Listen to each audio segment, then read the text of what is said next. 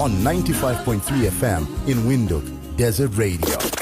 The Bold One. Well, while this challenge is prevalent and has resulted in some businesses faltering in the event of an owner's death, however, it's not always the case. We are now joined by the managing director of one of Namibia's top companies. He has worked in pretty much every department of Namibia Mills, including the cleaning floor at some point, and has been serving the company for more than 20 years. This morning we are talking to Namibia Mills CEO Ian Collard, who says that we are experiencing our week of winter in Namibia. He says so as he wears just a t-shirt coming into studio this morning. Ian, good morning. Good morning to all. How are you? No, I'm fine. Yeah?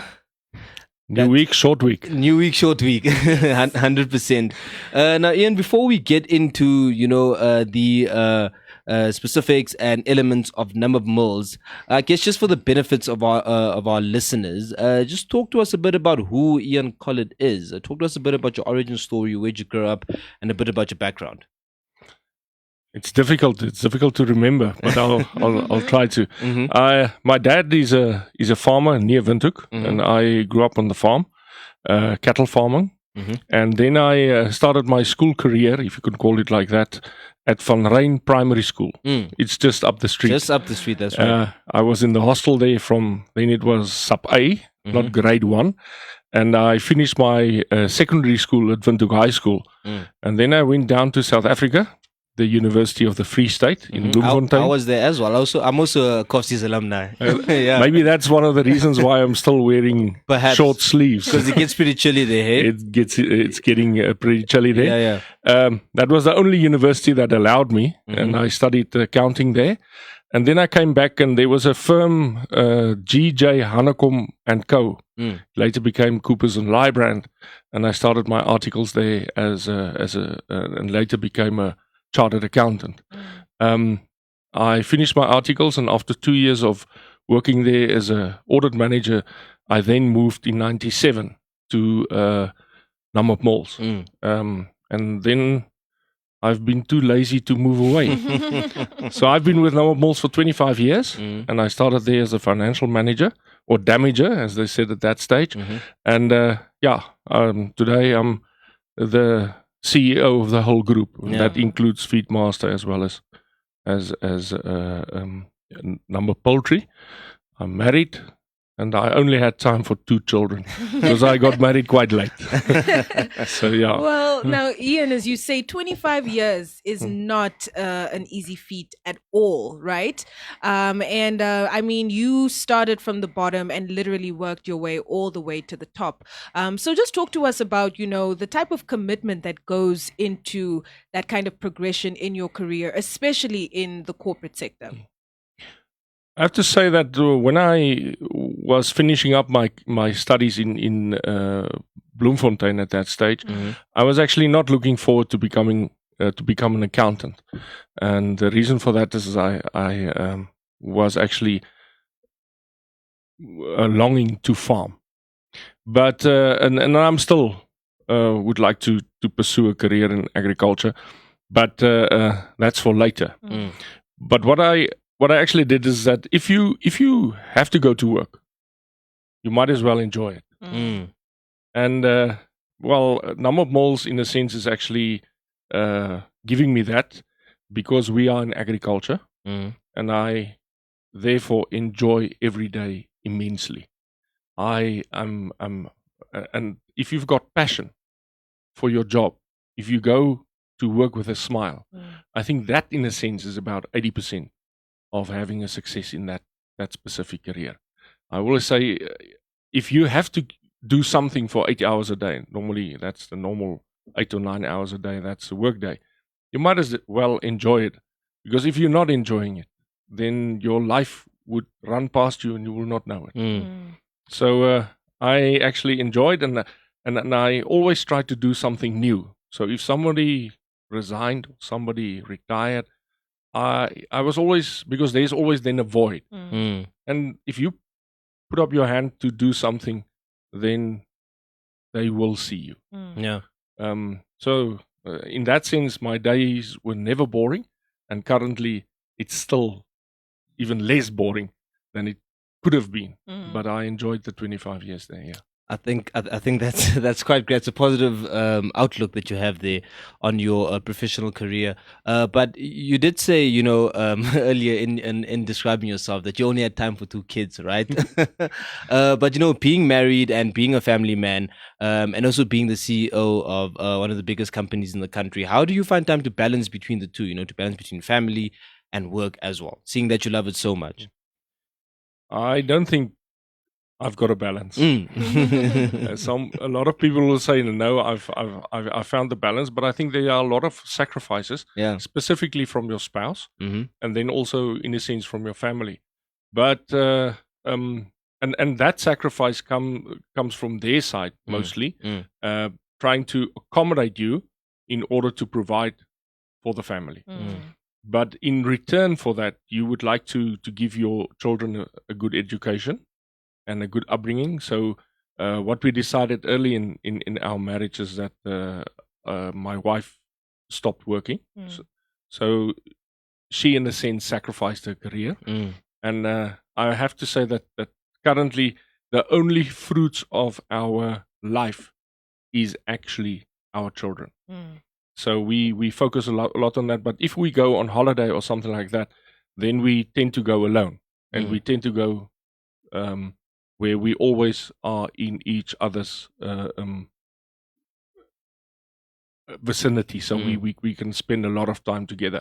But I think if you would like to move back to your everyday life and say, listen, I'm spending time with my children, the life is so rushed nowadays that I don't think that's good time. So everybody's busy with his own things, but you should have some time where you actually recharge, not yourself just, but also your family. Yeah. And I think that in a sense is going away to some quiet places and so forth. Mm.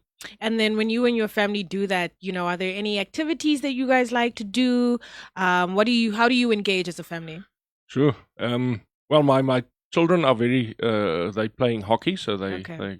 I was a mediocre rugby player. My wife was also very good with hockey, so they enjoy that. But if we go on holiday, we spend a lot of time with each other. The rest of the family has got a very good sense of humor, and well, the Afrikaans culture is very much focused on humor and playing with words and playing with situations, so that we actually enjoy each other's time. And I myself do a lot of reading, and through that I'm also then trying to recuperate them. Speaking on that, what kind of books are you reading? Well, mostly on agriculture, a lot of it, and then some motivational type of books and so forth. I enjoy John Sharma, Robin Sharma, sorry, and then on I also do a lot of YouTube, like Robin Peterson, and so more traditional type of people, having a more conservative outlook on life. So that's where I'm. And then I think let's shift gears a bit into, your professional career and the work that you do. And I mean, that is related to your interest in agriculture, right? And in Namibia, agriculture is one of our biggest sectors. So the company that you work for contributes, to that and the growth of that. So perhaps just talk to us, currently, what is the situation at Namib Mills? How are things looking, especially as we're coming out of, the deep trenches of the COVID-19 pandemic? I have to say that if you are in Namibia and you are a corporate citizen in Namibia, and you're not aligned to the vision of the country, then you should have a look at yourself, or you should change countries. So Namib Mills in itself, or the group in itself, is very much aligned with Vision 2030, and that's either import substitution, and on the other side also becoming self-sustainable with regards to basic foodstuffs. So the group in itself actually founded 2 industries, if you can call it like that. I was thinking this morning that's actually what happened, and that's on the pasta side as well as on chicken. So those 2 industries are, and the rest of the maize industry and wheat milling, are all aligned to developing the primary industries in in Namibia, which is agriculture. Now, agriculture, apart from mining and so, is not is a regenerative sector Yeah. in the economy. And yes, we do have a lot of constraints with regards to rain and weather conditions and so forth. But we are working in a direction to ensure food security for the country, but then also along with that, create jobs because we believe in circular economy. Because if you import something from elsewhere, then you're giving a job in another country. But if you bring it in here, then the person that you've given a job, a livelihood, he can come and spend more money with us or with some other businesses, and those businesses will surely.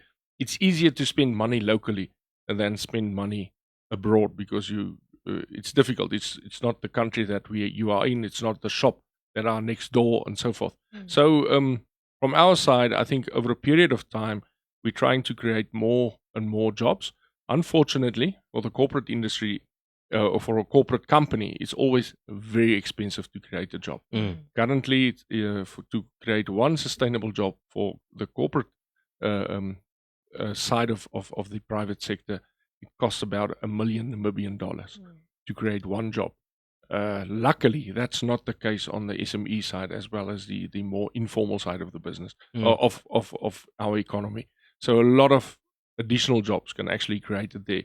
But if we can just start the circular cycle, then from there on it can be taken over. And I'm specifically referring to the vet cook ladies in and throughout the country. We estimate that they are in excess of 6,000 in the country, which is about double the number of people we employ. And on the chicken side, we estimate that they're about 800 to 1,000, and that is even more than NPI at this stage. And then with those numbers of people that you employ, how did you manage to secure the jobs, especially during the height of the pandemic? Okay, luckily we were in basic foodstuffs, so I luckily we were not in the tourist industry. Although I think the tourist industry is very important for Namibia, because the tourist industry took a hard hit. We as a company did not take a lot of flack from the COVID-19 pandemic. We were lucky in that sense, but then also with regards to having a look at your risk of business in the beginning, and that's why we are in agriculture, because the risk is a bit lower there. That you don't have a very, you will always have a market because people tend to continue eating. So on that side, our risk were lower, but that's also why we have it's a very low margin type of business. So we were lucky with that, but we also said from our side that it's our responsibility to ensure food security during that time. So we didn't say that somebody else will be looking at the country. It was like we called upon my fellow colleagues and say, listen, we know there's a pandemic. We know there will be lockdowns and so forth, but it's our responsibility to ensure that there will be food on the table for every Namibian. And if you have a higher cause, then normally you give yourself in it. And I think, most of my colleagues or all of my colleagues, they came to the fore and we did what we have to do, and we're proud of that. And then, when it comes to manufacturing, you are, by far one of the largest manufacturing firms in the country. So what is your assessment of just the overall manufacturing industry in Namibia? Are we doing well and doing enough in producing locally? Well, you can always do better. And I think, in a sense, Namibia's got one thing that is hampering growth, and that is that we don't have a big market. So locally, because we only have 2.5 million people. Yeah. So it's difficult to unlock economies of scale. And I know that there are some drives from the from government side and trying to to get some new investments in. But I don't think that's the main that should be the main drive to get foreign investments in, but just trying to make Namibia more competitive in a sense that we can actually start exporting to neighboring countries, like we do with pasta now. Currently, we try to be the biggest importer into South Africa. If I'm saying importer, then it's South Africa from South African side importing pasta. Yeah. And pasta was an industry that didn't exist prior to 2020 to 2000. So that industry had grown to that. But if we can have a more competitive tax rate in Namibia compared to our neighboring countries, if we can have more competitive rates with regards to public services like electricity, water, and so forth, then I think we do have a chance. But we cannot think that we can build a manufacturing industry and only supply ourselves. Because if we do that, we will never be able to unlock economies of scale. And that would be, in the end, would be to the detriment of the local consumer. Because the lack of economies of scale will be passed on to the consumer, and for him, the product would be then more expensive. Yeah. So we have to become regionally competitive, and we must export. And I think with regards to that, meat, we've got a good footing there, especially with exports to let's say the EU and so forth. But it's not necessary that it have to stay there, because if you have a look at pasta, we import 90% of the wheat. Then we transform it from wheat to wheat flour, and from there to pasta. And then we export about 60% of what we're manufacturing. Now, one situation right now that has plagued the world over is the ongoing war in Ukraine, right? Which is Ukraine being a major producer of grain, primarily wheat, and that has left the world exposed to high food prices. How do you think the industry is dealing with this? But more specifically, also, as Namibia Mills affected by this? Sometimes people ask me what's going to happen with wheat, and I say it will not be a case of availability, but rather affordability. And that's been the case for the past few years. But currently, availability is also coming under pressure. Luckily, being a small country, we utilize less than 1% of the world's production. If I say 1%, it's even less than, let's say, 0.2% of the world consumption and production. Unfortunately, the past 3 years, the world has been producing less wheat than it was consuming. Okay. So the little bump, you can call it, of the war between Russia and Ukraine actually created a much bigger problem, because the problem was coming on. But now we have to say wheat is expensive, corn or maize is expensive. I'm not talking about fuel. Fuel is also expensive. So if there are wars, then there will be some scarcity, because the flow of goods or commodities are disrupted. And that's the main thing. And then the other one is that it becomes strategically for the different, let's say, factions or sides in a war, because currently we talk about globalization now. A war is also global, because a lot of people are taking sides on that. And then it becomes strategic, and then the prices are inflated. Luckily for us in Africa, that maize is a staple food in Africa, apart from the rest of the world where wheat is a staple food. Maize or corn are basically utilized all over the world for animal feed. It's more yellow maize. But in a sense, in Southern Africa, South Africa and is a surplus producing country with maize. So from a food security perspective, basically, if you have to survive, then maize is more readily available in the region at this stage. But we do have a problem on wheat. With regards to wheat, we planned way ahead. and we will be sitting. Well, we've already procured enough wheat to give us enough stock until the end of November, when the local harvest in the southern hemisphere will be coming in. Unfortunately, if people say, but listen, why didn't you procure for 2 or 3 years? Well, the world was at 90 days of stock. Yeah. And that's what the world has been on for quite some time, because we all have to bear in mind that freshness can become an issue, and the other one is the cost of keeping that stock.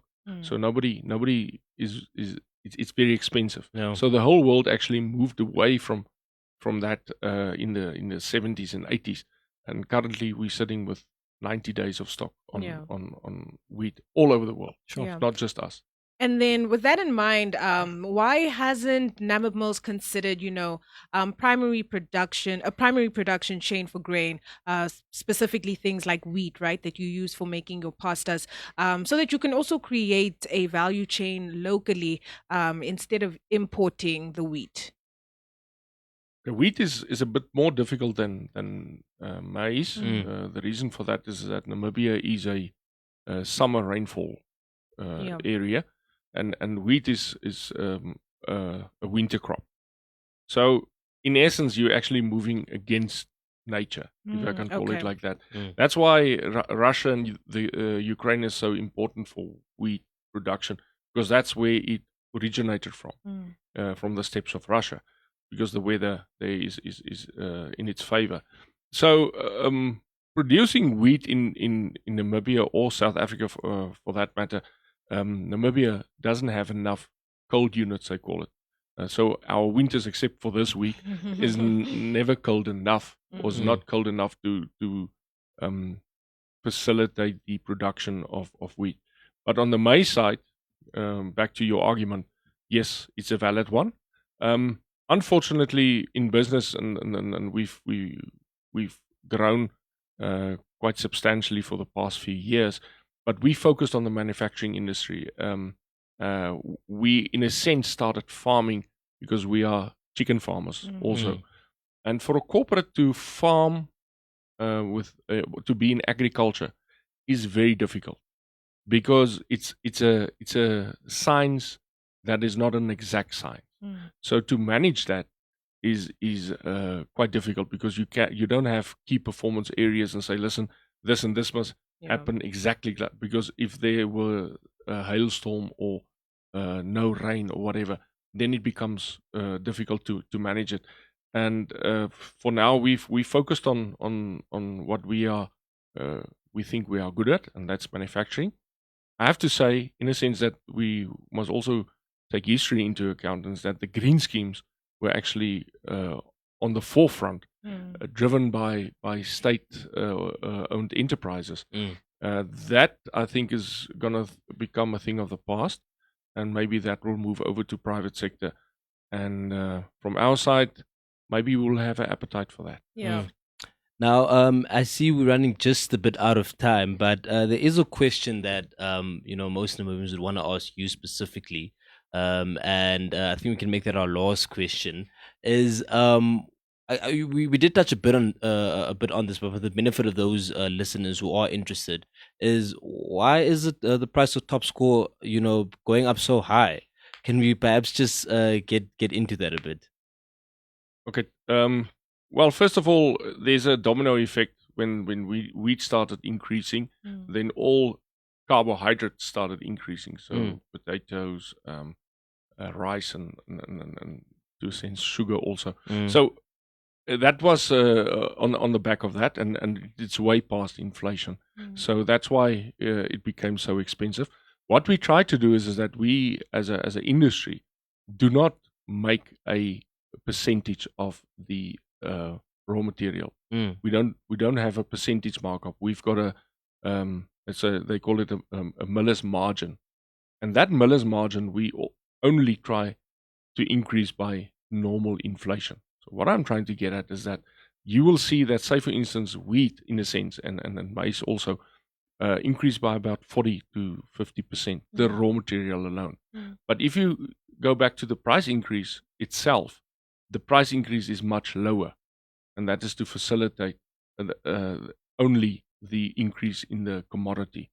So through that, we try to keep it down. But I have to say that the next year, not just for us, but for everybody, the inflation will be a bit higher. And I always say, every month there's a fuel hike. Yeah. No, but nobody complains about that. But Yeah. unfortunately, the fuel hike, in a sense, over a period of time, will also have a domino effect on price increases. And that's why it's becoming, top score can be perceived as being expensive. There are also lower tier, not quality wise, because it's exposed to the same quality procedures, but there's also some alternatives in our stable of products that people can actually, if they are under very big budget constraints, move towards, because we would always like to have a value proposition on the table as far as possible. Well, Mr. Collins, thank you so much for making time for us this morning.